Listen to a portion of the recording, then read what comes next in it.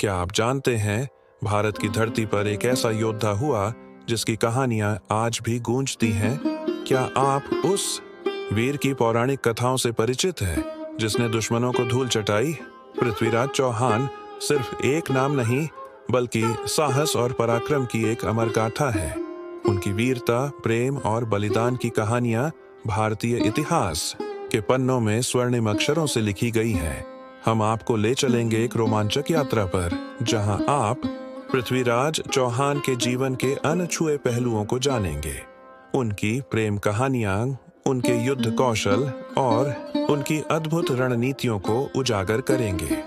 तैयार हो जाइए, क्योंकि हम आपको उस महान योद्धा की पौराणिक कथाओं में डुबोने वाले हैं, जो भारत के आखिरी वीर नायक कहलाए।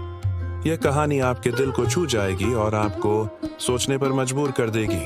आजकल बहुत कम लोग पृथ्वीराज चौहान की कहानियों की सच्चाई जानते हैं। उनकी वीरता के किस्से तो सुने हैं, लेकिन उनकी पौराणिक पृष्ठभूमि और इतिहास को कम ही लोग समझते हैं। इसकी वजह यह है कि इतिहासकारों ने भी उनकी कहानी को अलग अलग तरह से प्रस्तुत किया है। कुछ लोग उन्हें सिर्फ एक योद्धा मानते हैं, जबकि कुछ उनकी प्रेम कहानियों पर ज्यादा ध्यान देते हैं।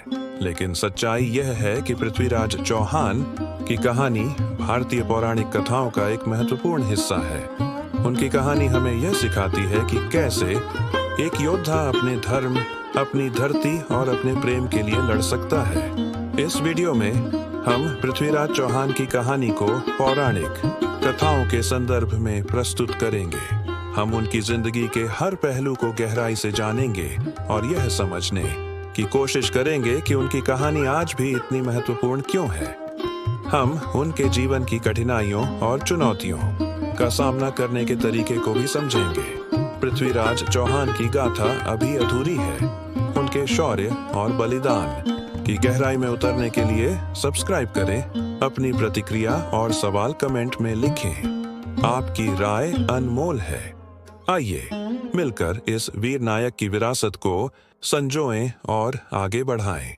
अपने विचार साझा करें, अनुभव बताएं और इस ज्ञानवर्धक समुदाय का अटूट हिस्सा बने।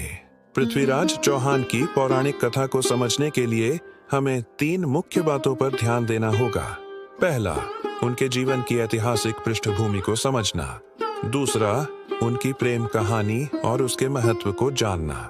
और तीसरा, उनके युद्ध कौशल और रणनीतियों का विश्लेषण करना।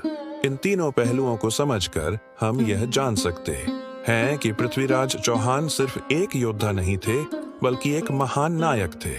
उनकी कहानी हमें यह सिखाती है कि कैसे एक व्यक्ति अपने धर्म, अपने प्रेम और अपनी धरती के लिए लड़ सकता है। इसके अलावा हमें यह भी देखना होगा कि उनकी कहानी आज भी क्यों प्रासंगिक है। उनकी वीरता और बलिदान से हमें क्या सीख मिलती है। ये सब जानने के लिए हमें पृथ्वीराज चौहान की कहानी को गहराई से समझना होगा। आजकल जब हम अपनी संस्कृति और इतिहास को भूलते जा रहे हैं, पृथ्वीराज चौहान की कहानी जानना और भी जरूरी हो गया है। युवाओं में अपनी जड़ों से दूर होने की प्रवृत्ति बढ़ रही है और वे अपनी विरासत के बारे में कम जानते हैं। ऐसे समय में पृथ्वीराज चौहान जैसे नायकों की कहानियां हमें अपनी पहचान और मूल्यों को याद दिलाती हैं। उनकी वीरता, साहस और बलिदान से हमें प्रेरणा मिलती है कि हम भी अपने देश और समाज के लिए कुछ कर सकें।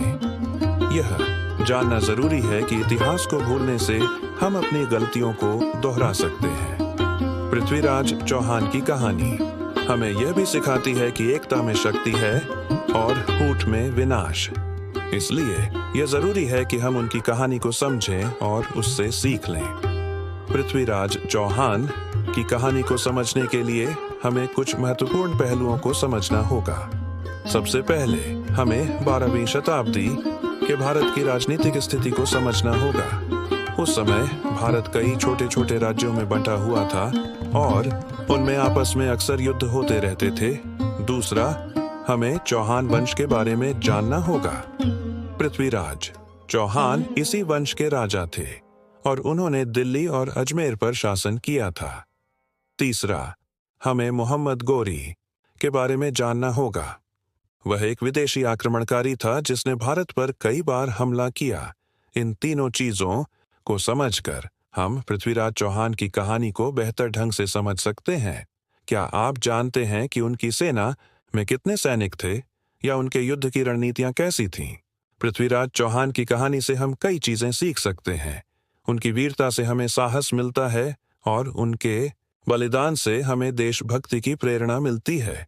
लेकिन इन मूल्यों को अपने जीवन में उतारना आसान नहीं है। आजकल युवाओं के सामने कई चुनौतियां हैं।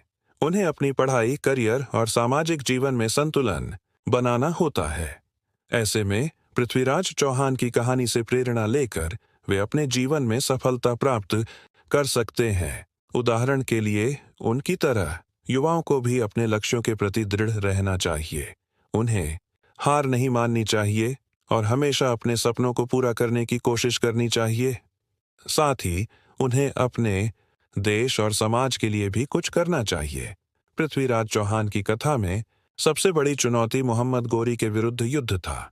तराइन के प्रथम युद्ध में विजय के बाद भी उन्हें दूसरे युद्ध में पराजय का सामना करना पड़ा।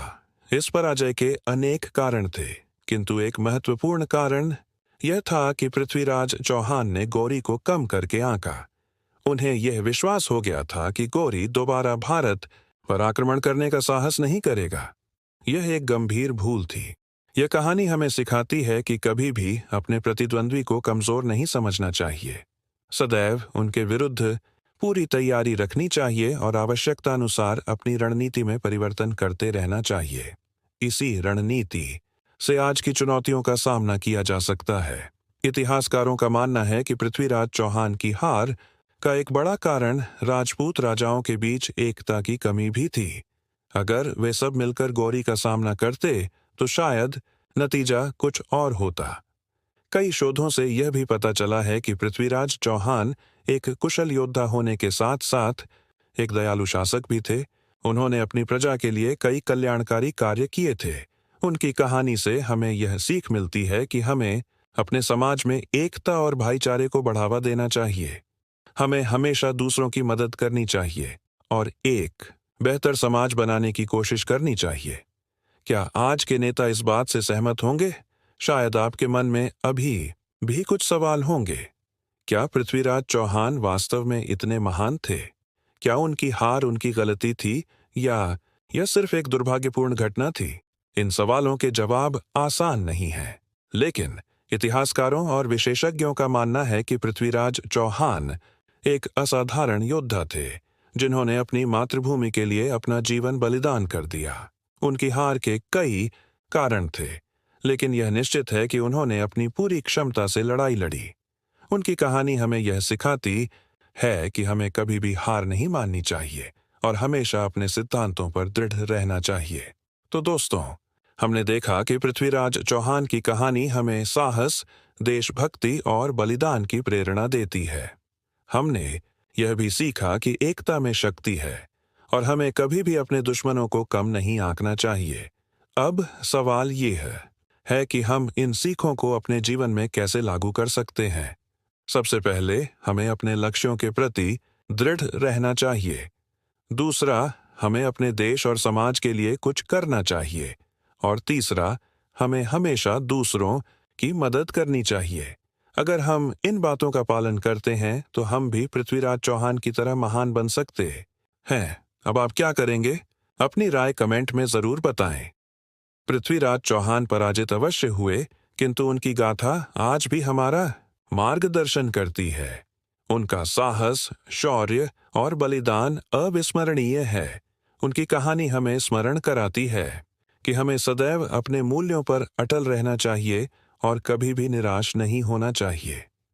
हमें अपने देश एवं समाज के उत्थान के लिए निरंतर प्रयत्नशील रहना चाहिए और एक बेहतर विश्व के निर्माण में अपना योगदान देना चाहिए।